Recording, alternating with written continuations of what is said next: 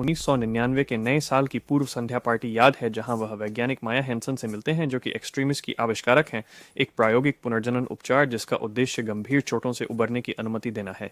अपर्याप्त वैज्ञानिक Aldrich Kylian उनकी कंपनी एडवांस्ड आइडिया मैकेनिक्स में उन्हें एक जगह देने की पेशकश करते हैं, लेकिन स्टार्क इस प्रस्ताव को अस्वीकार करते हैं, जिससे किलियन को अपमान होता है।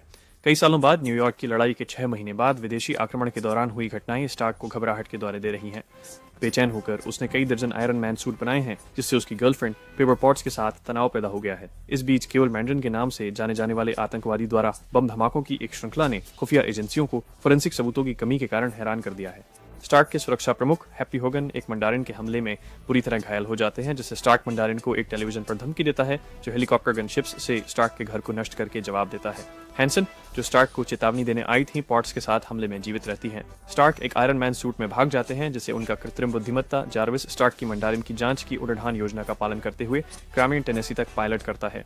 स्टार्क की प्रयोगात्मक कवच में कैलिफोर्निया लौटने के लिए पर्याप्त शक्ति नहीं थी और दुनिया उसे मृत मानती है। 10 वर्षीय होशियार लड़के हार्ले के साथ मिलकर स्टार्क उस स्थानीय विस्फोट के अवशेषों की जांच करता है, जिसमें मंडारिन हमले की विशेषताएं थीं। वो पता लगाता है कि यह बमबारी उन सैनिकों द्वारा की गई थी जिन्हें एक्सट्रीमिस्ट के अधीन किया गया था, जो इस विकास के चरण में कुछ विषयों को विस्फोटक रूप से उपचार को अस्वीकार करने का कारण बनता था। दिग्गजों के फटने के बाद इन विस्फोटों को आतंकवादी साजिश के रूप में गलत तरीके से दिखाया गया ताकि एक्सट्रीमिस्ट की खामियों को छुपाया जा सके। स्टार्क एक्सट्रीमिस्ट का प्रत्यक्ष अनुभव करता है जब मैंड्रिन के एजेंट ब्रांड और सेवन उस पर हमला करते हैं। हार्ले की मदद से स्टार्क मैंड्रिन का पता मियामी में लगाता है और अस्थायी हथियारों का उपयोग करके उसके मुख्यालय में घुसता है। अंदर वह पता लगाता है कि मैंड्रिन असल में ट्रेवर स्लैटरी नाम का एक अंग्रेजी अभिनेता है, जो कहता है कि उसे उसके छवि में किए गए कार्यों की कोई जानकारी नहीं है। मेरा नाम ट्रेवर है, ट्रेवर स्लैटरी। तुम क्या हो? एक बहाना या एक हमशक्ल सही है।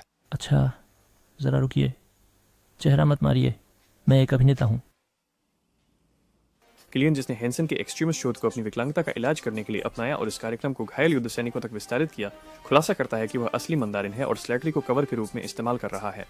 स्टार्क को पकड़ने के बाद किलियन उसे पॉट्स दिखाता है, जिसे उसने अगवा कर लिया था, को एक्सट्रीमिस्ट के अधीन किया जा रहा है, ताकि स्टार्क की सहायता में एक्सट्रीमिस्ट की खामियों को सुधार सके और इस प्रकार पोर्ट्स को बचा सके। किलियन हैंसन को मार देता है जब उसका मन बदल जाता है और वह उसे रोकने की कोशिश करती है।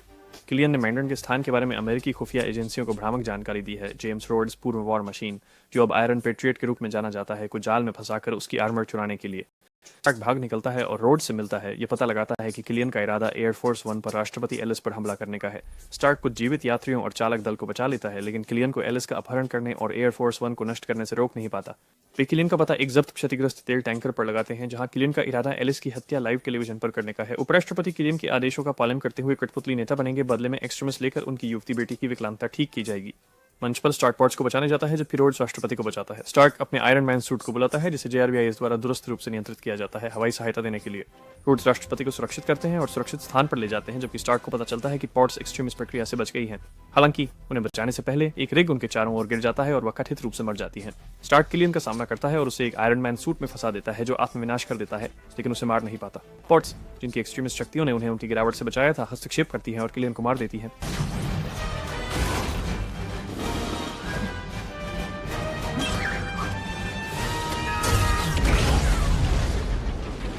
लड़ाई के बाद स्टार्क जार्विस को आदेश देता है कि वह पॉट्स के प्रति अपनी समर्पण के प्रतीक के रूप में हर आयरन मैन सूट को दूर से नष्ट कर दे, जबकि उपराष्ट्रपति और स्लैटरी को गिरफ्तार कर लिया जाता है।